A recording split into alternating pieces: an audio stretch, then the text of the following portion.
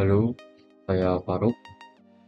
Di sini saya akan menjelaskan algoritma pengurutan redik dalam struktur dot.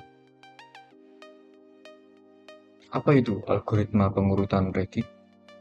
Redik sort atau pengurutan redik adalah algoritma penyortiran linear dan non-komparatif yang mengurutkan elemen dengan mengelompokkan digitnya, lalu menyusun berdasarkan redik menggunakan teknik penyortiran yang stabil. Proses penyortiran melibatkan sifat-sifat sebagai berikut. Yang pertama, menentukan elemen maksimum dan jumlah digitnya untuk menetapkan jumlah iterasi penyortiran. Yang kedua, mengelompokkan digit elemen berdasarkan posisi signifikan dalam setiap iterasi. Yang ketiga, pengelompokan dimulai dari digit paling kecil hingga paling signifikan. Lalu, mengurutkan elemen berdasarkan digit pada posisi tersebut. Pastikan urutan elemen dengan nilai kunci yang sama tetap terjaga, menjadikan algoritma ini stabil. Cara kerja algoritma pengurutan redik. Ini kita bisa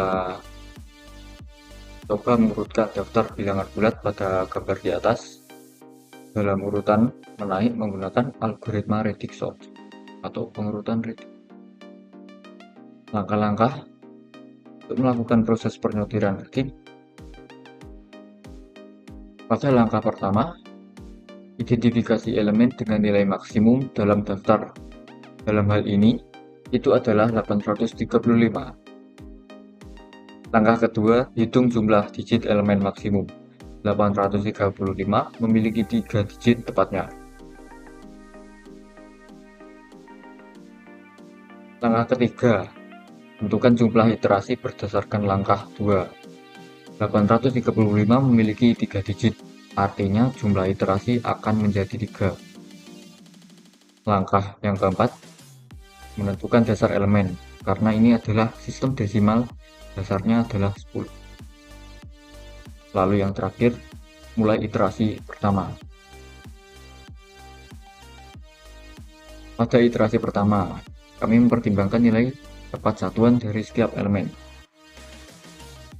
Dengan langkah awal memodifikasi bilangan bulat sebesar 10 untuk mendapatkan tempat satuan elemen. Misalnya, 623 mod 10 memberi kita nilai 3, dan 248 mod 10 memberi kita 8. Langkah yang kedua, gunakan penghitungan pengurutan atau pengurutan stabil lainnya untuk mengatur bilangan bulat menurut digit yang paling tidak signifikan.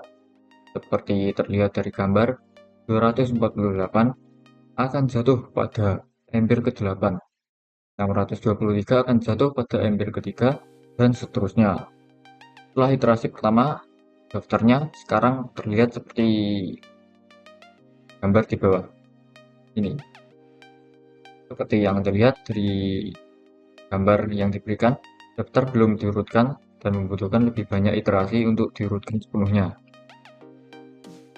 Pada iterasi kedua, kita akan mempertimbangkan digit pada 10 tahun tempat untuk proses penyortiran. Langkah pertama, bagi bilangan bulat dengan 10. 248 dibagi 10 memberi kita 24. Langkah kedua, modifikasi output langkah 1 kali 10. 24 mod 10 memberi kita 4. Lalu langkah yang ketiga, ikuti langkah 2 dari iterasi sebelumnya. Setelah iterasi kedua, daftarnya sekarang bisa terlihat seperti ini.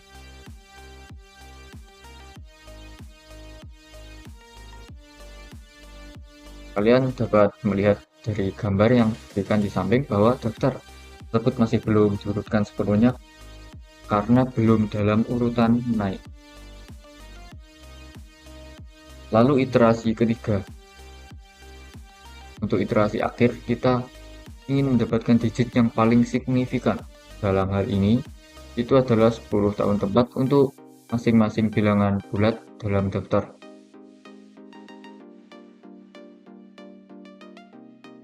Langkah 1, bagi bilangan bulat dengan 100. 415 dibagi 100 memberi kita 4. Langkah 2, mod hasil dari langkah 1 kali 10, 4 mod 10 memberi kita 4 lagi.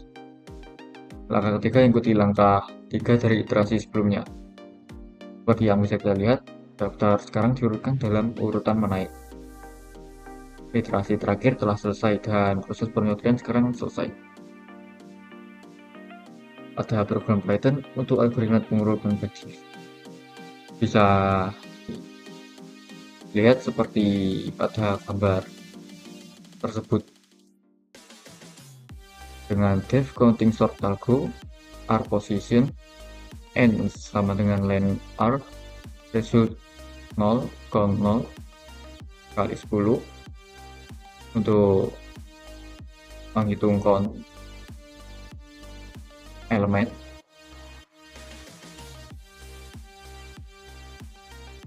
For j in rank 0, elemen sama dengan r dalam kurung j untuk position, lalu bawahnya count elemen 10 for j in rank 1, 10 count j plus sama dengan count j min 1 untuk sorting elemen. I sama dengan n min 1, while i lebih dari sama dengan 0.